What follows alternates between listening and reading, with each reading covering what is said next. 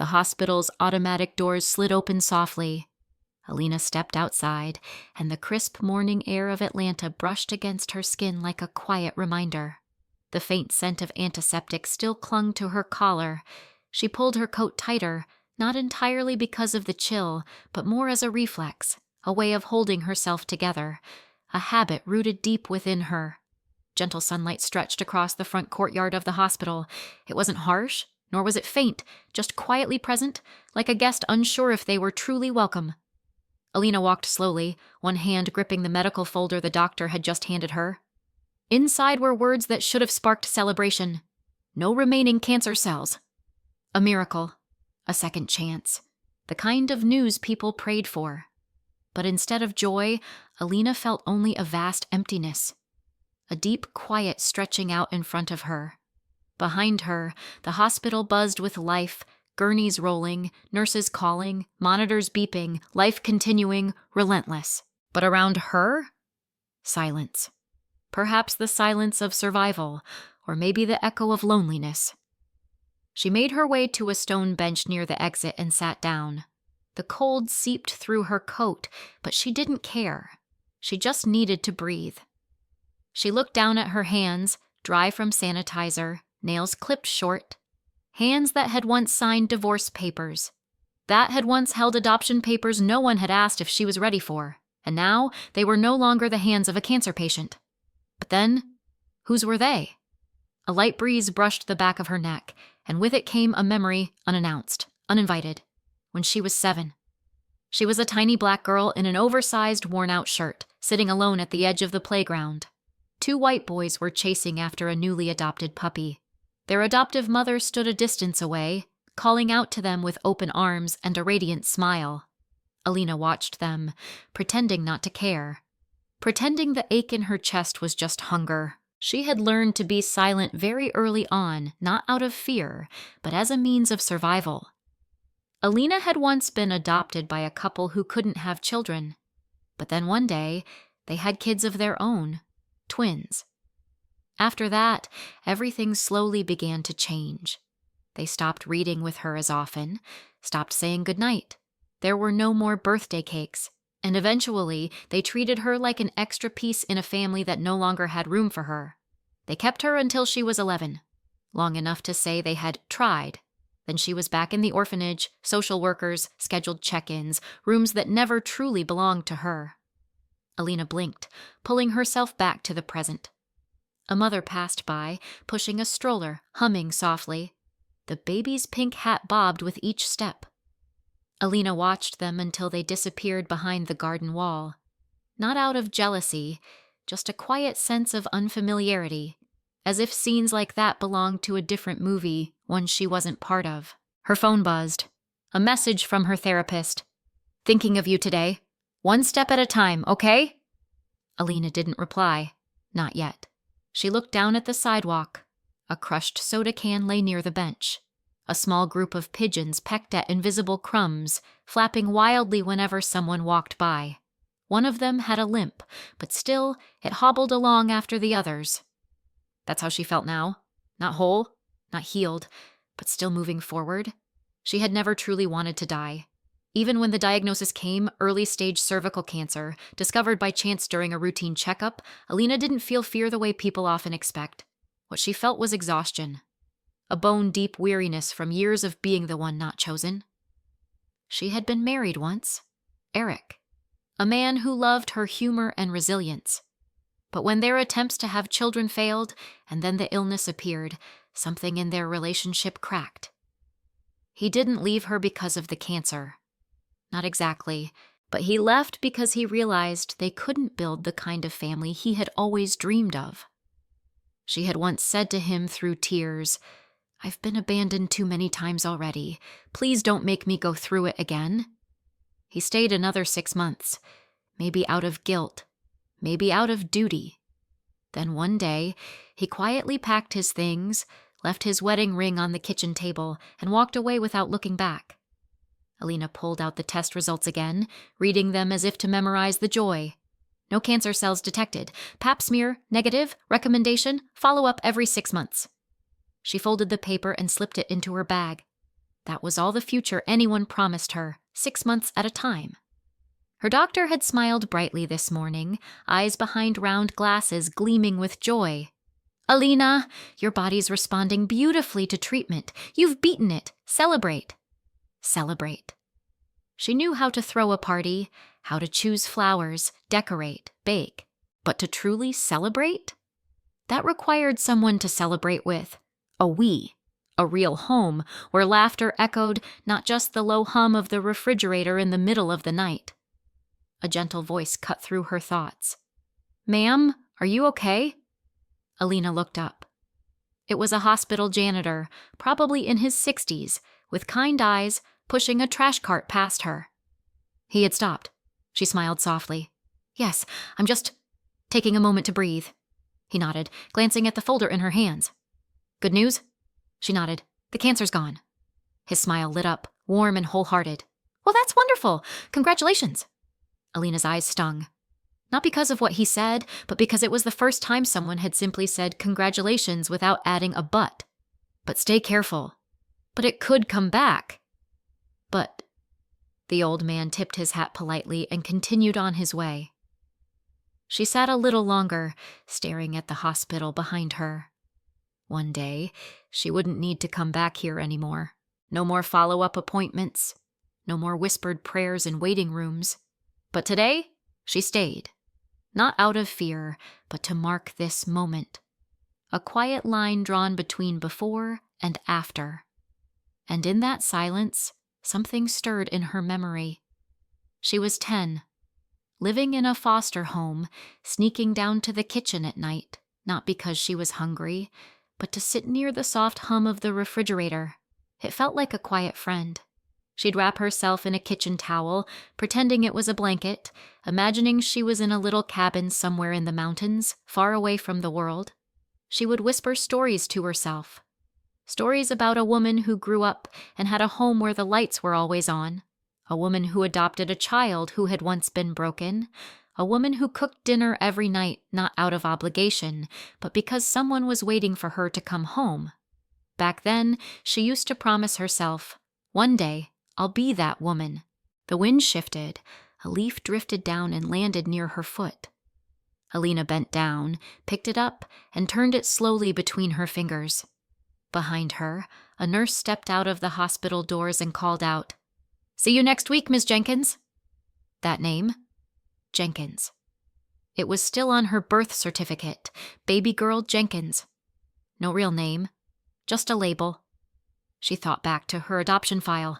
Mother, unknown. Father, unknown. Medical history, unknown. That word, unknown, had followed her everywhere. Even during treatment, doctors had asked, "Any family history of gynecological cancer?" And all she could do was shrug and offer a bitter smile. That had to change. Alina stood up, taking one last look at the hospital, the tall glass panels, the trees lining the sidewalk, the tucked-away smoking bench in the corner. She didn't feel healed. Not yet. But she felt ready, not to celebrate, not yet, but to search, not for love, not for forgiveness, just the truth. If her body still wanted to live, it needed to know where it came from. She walked toward the parking lot as midday sunlight began to slip through scattered clouds. A little boy ran ahead of his father, waving a paper airplane. It soared high, then fell near Alina's feet. She bent down, picked it up, and handed it back. "Thank you, ma'am," the boy chirped before dashing away. Alina looked up at the sky. She didn't pray much anymore, but in that moment she whispered, not to God, not to fate, but simply into the wind, "Please let me find my mother. I don't need her to love me. I just need the truth." Then she kept walking. Spring in Atlanta was quiet. The air no longer held winter's bite, but there were still winds sharp as blades brushing lightly against the skin. Alina stepped out of the civil records office, gripping a faded photocopy in her hand. Her original birth certificate. Mother's name, Naomi Jenkins. No father listed, no address, but in the lower left corner, almost forgotten, was a small note. Grady Memorial Hospital. Obstetrics Department, birth record number 19, 1994. Alina stared at the words for a long time. She didn't know why she was trembling, whether from the chill or because a part of her was moving closer to something she wasn't sure she was brave enough to face. It all began 1 year ago. When the doctor handed her the biopsy results, the air in the room seemed to thicken. "Alina," he said, his voice gentle but sharp, like the prick of a needle. "You have early-stage cervical cancer. Fortunately, we caught it in time." She nodded instinctively. No tears, no trembling, just a slowing heartbeat, as if her body were trying to stretch each second before accepting reality. "There's one more thing," the doctor continued. "The results suggest you may carry a genetic syndrome, possibly HNPCC or BRCA1. We need your family medical history to confirm this. Only then can we decide on the best treatment plan, and whether it's possible to preserve your uterus." Alina froze, she said. "I don't have a family medical history. I'm adopted." The doctor leaned back, silent for a moment. "Do you know where your birth mother is? We need some kind of information, at the very least, whether there's a family history of cancer." That question lodged itself in Alina's mind like a shard of glass, piercing her thoughts night after night. She wasn't searching for her mother out of longing anymore. She was searching for her in order to survive. After weeks of sending forms, making phone calls, digging through records from the adoption agency and the hospital's administrative office, Alina finally got hold of a vague address, an old rundown housing unit on the southern outskirts of Atlanta. A neighborhood people rarely mentioned, where newspaper covered the windows, weeds climbed higher than the porch steps, and TV voices echoed from behind closed doors in broad daylight. She stood in front of house number 184C. The wooden door was peeling, its faded paint barely clinging on. No sound came from inside. Alina hesitated, then knocked. After a moment, the door creaked open. The woman who appeared had tangled, graying curls, skin weathered from alcohol, and held an empty beer can. Beneath her worn t-shirt, there was something about her that felt hollowed out. Her eyes were sunken, vacant, and guarded at once. She squinted at Alina, as if unsure whether the person in front of her was real. "Are you Naomi Jenkins?" Alina asked, her voice shaking, not from fear, but from not knowing how to begin. The woman squinted again and gave a small nod. Alina drew in a deep breath. "I'm your daughter. You gave birth to me at Grady Memorial in 1994. The woman let out a dry, bitter laugh, more warped than amused. She leaned against the door frame, the beer can rattling loosely in her hand. "I have no daughter." Alina stood still. "I'm not here to blame you. The doctors need to know. Has anyone in our family had cancer? They need to test for a gene. I need to live." The woman didn't answer right away. She glanced at Alina, searching her face for something familiar, but her eyes eventually dimmed, shutting down like windows slammed shut in a storm. "I didn't keep anything of you. No name, no memory. Life got a little lighter without you." The words hit Alina like a stone to the chest, not because they hurt, but because they confirmed something she had always suspected, that some women, even after giving birth, are simply not capable of being mothers. "I just need one piece of information," she managed to say, her voice catching. "Then go ask God," the woman snapped, with a bitter glint in her tired eyes. "I've got nothing left to give, not even to you."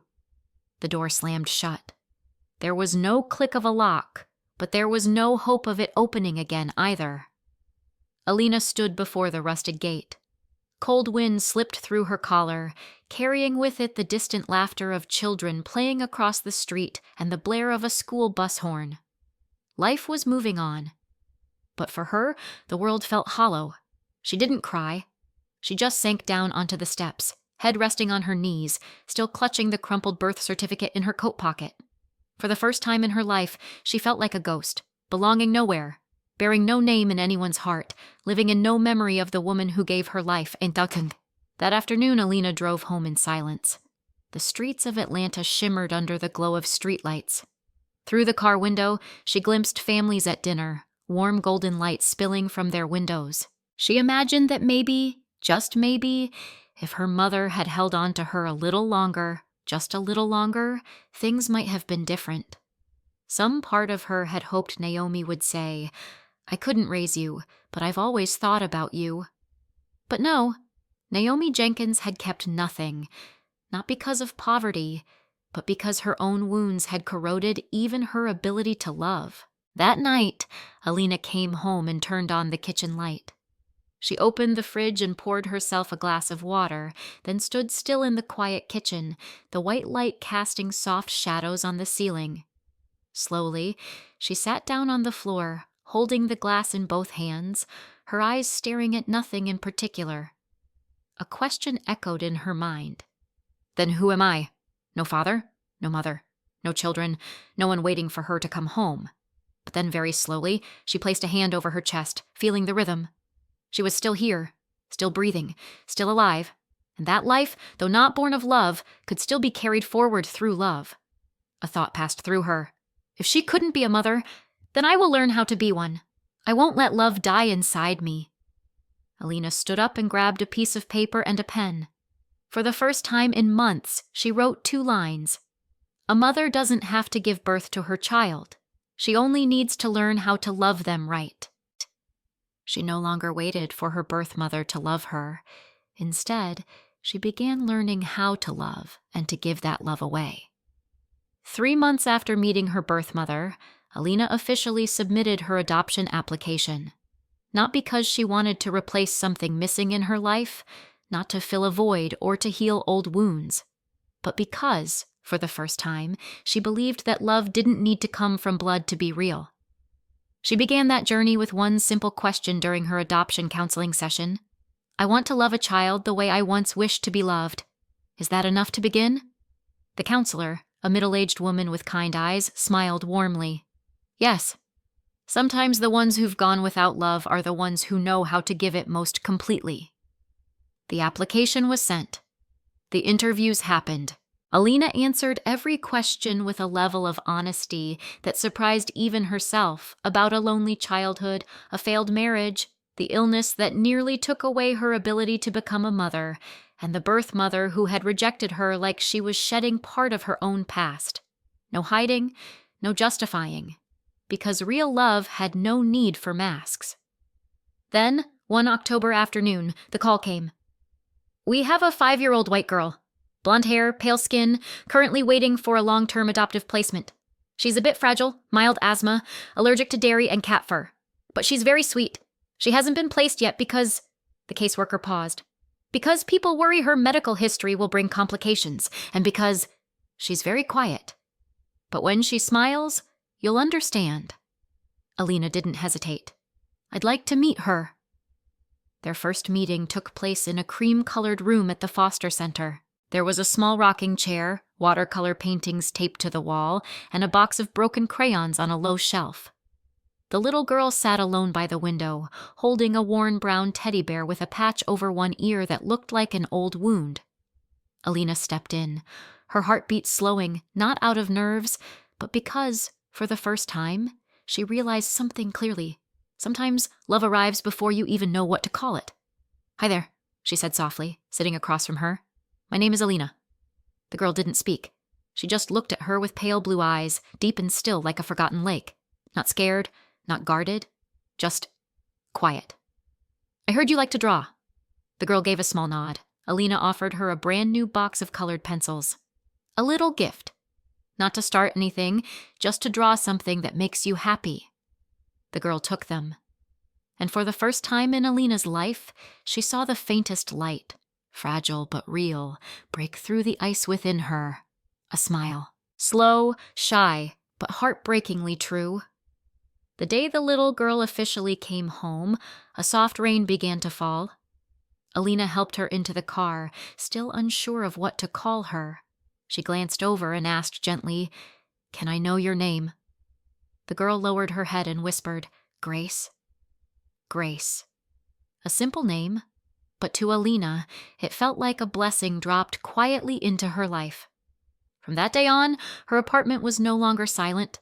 There were midnight coughs that jolted her awake, tiny footsteps racing down the hallway, occasional laughter, and soft goodnights from a child who once feared the glow of unfamiliar rooms. Alina learned everything in pieces.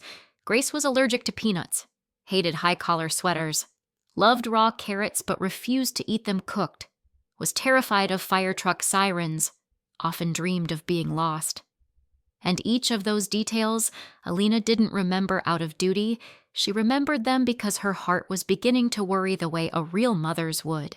One night, Grace had a mild asthma attack. Alina carried her downstairs without hesitation, set up the nebulizer, cracked open the window, and sat behind her, holding her close. In the dim glow of the nightlight, the breathing machine hummed steadily. Grace leaned her head against Alina's chest, saying nothing, but her little arms wrapped tighter around her. Alina closed her eyes, unable to hold back tears, not from fear, but because she realized this was the moment she had waited for her entire life. A child who needed her, not because she was perfect. The next morning, Grace woke up, let out a few raspy coughs, then gently tugged at Alina's hand and whispered, "Miss Alina." "Yes." "Can I call you Mom?" Alina didn't answer right away. She just looked at the child, her eyes full. Then she nodded and opened her arms. Grace ran into them, light as a leaf, but clinging to her like the world was no longer scary. Not because they looked alike, but simply because Alina loved this child with everything she had. That night, after Grace had fallen asleep, Alina sat alone in the kitchen, a cup of tea gone cold in her hands. She stared at her reflection in the window. A woman once forgotten, once rejected, a woman who had never known what it meant to be a mother. But now she understood. Being a mother isn't about giving birth to someone. Being a mother is choosing to stay. It's memorizing every cough, every dream, every fear of a child. It's when your heart aches with their pain and glows with their joy. Being a mother means your love no longer lives just for yourself. She picked up a notebook and wrote her first journal entry since Grace came into her life. "Your name is Grace, but to me, you are reason, the reason to keep going, the reason to forgive, the reason to love again." One winter afternoon, when the chill in Atlanta wasn't harsh but still carried the quiet sting of old wounds, Alina was steeping chamomile tea, its soft aroma filling the small kitchen. Grace lay on the living room rug, coloring in an old picture, a house with a chimney, and on the lawn, a brown-skinned woman holding a blonde little girl. "What are you drawing, Grace?" Alina asked gently. "Our home," Grace replied without looking up. "But our house doesn't have a chimney," Alina chuckled. Grace turned and smiled with those bright, watery blue eyes. "But you always say, as long as we're together, this house will always be warm. That's why I drew a chimney." Alina stood still, her heart softening with a quiet ache. She was no longer the woman who once walked out of the hospital with an empty heart. She no longer needed someone else's love to feel whole. She had learned the most important lesson of her life. Love isn't something you wait for. Love is something you choose to give. That week, Grace had a follow-up appointment at the pediatric clinic after a recent cold triggered another asthma flare. At the hospital, memories returned of the hallway where Alina had once received the news that her cancer was gone. The stone bench where she'd once sat in silence for hours. As she waited, she looked at her daughter, a small blonde girl holding a teddy bear leaning gently against her side. Just then, a young female doctor walked past. It was a familiar resident Alina had seen many times in oncology. She paused, noticing Grace's gaze, and smiled before kneeling down. "What's your name, sweetheart?" "I'm Grace," the girl replied, "and this is my mom." The doctor's eyes widened slightly with surprise, then softened as she smiled at the two of them. "Sometimes the deepest bonds don't come from blood," she said quietly, "but from the bravery of choosing one another." That evening, back home, Alina opened a drawer and pulled out a folder. It contained everything she had about Grace: medical records, vaccination papers, test results, and a copy of her genetic profile. Alina had once suffered from not knowing anything about the woman who gave birth to her. She would not let Grace carry that same pain. So every year, every month, Alina kept track. What her daughter was allergic to, how her body reacted to the seasons, which medicines worked best, every hospital visit, and even the dreams Grace often had. She didn't record it to control. She recorded it so that one day, when Grace is grown, she'll have the right to know where her body came from and who loved and cared for it with her whole heart.